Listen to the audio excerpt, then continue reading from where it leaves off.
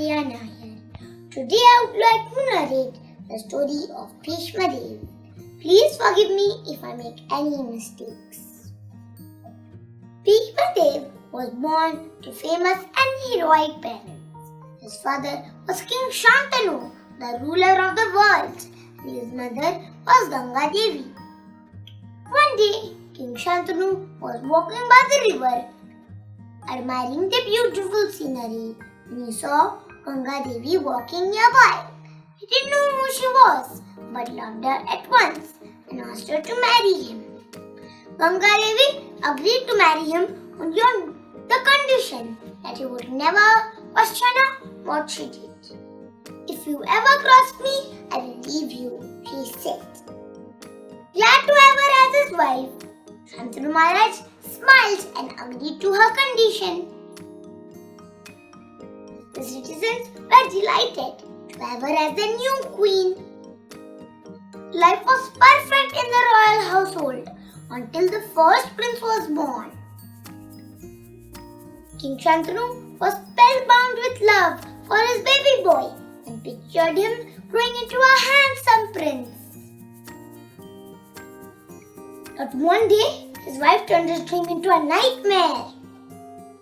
He was strolling by the river when he saw her walk with their newborn baby in her arms.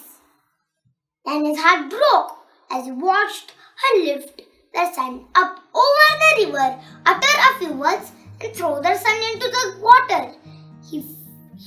The king almost fainted as he saw his wife standing calmly and watching their son drown. This disturbed him day and night. 6 more sons were born, and the queen drowned them all. Each time the king said nothing, knowing that if he questioned her, he would lose her. 7 sons were murdered like this, and Shantanu Maharaj was getting bewildered. But when he saw her walk with their 8th son in her hands, he couldn't allow her to kill him. He grabbed her arms, held her, and said, "What are you doing? Stop your cruelty, you crazy lady! Even demons don't kill their own children," he shouted. Ganga Devi held the baby close, turned to the king and said, "This child will live long, but you have failed to keep your promise, so you have lost me. I am leaving you." She revealed her form that she is Ganga, Mother Ganga, and told him the reason why she was doing this. "I am not killing those babies, but giving those babies to my another expansion." She told the king that she had once lived on a heavenly planet and she had promised to give birth to the Ashtavasus cursed by sage Vashishta Muni to take birth on earth. She had agreed to liberate them. "Before I threw them into the Ganges, I told them that I was releasing them from the curse. I simply fulfilled my promise, but you can be happy.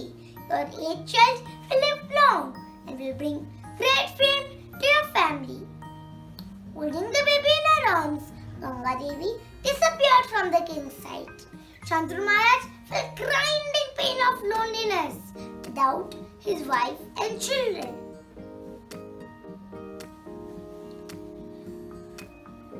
Many years passed and Shantanu Maharaj came on the banks of the river Ganga, as he was remembering his wife and children.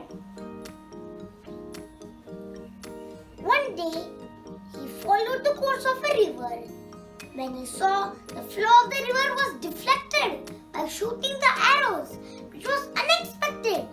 As he wondered who had done it, he heard someone move through the grass and saw a young boy holding a bow. Shantanu Maharaj was shocked at seeing such an effulgent boy. As he looked at him and admired his handsome features, his wife Ganga Devi appeared. "This is your son, Devavrata," she said. He is trained in archery by Parshura. You can take him. She disappeared before King Shantanu could speak. Then Shantanu Maharaj took Devavrat back to his kingdom and introduced him to his citizens. Everyone in the kingdom were very happy and couldn't find words to love and praise him. Later, Shantanu Maharaj made Devavrat heir to the throne. One day, King Shantanu had gone hunting when he saw a beautiful lady named Satyavati, who was the daughter of a fisherman. When he approached Satyavati for marriage, her father thought that being from the fishing community, she would not be given the love and respect as a queen among the queens.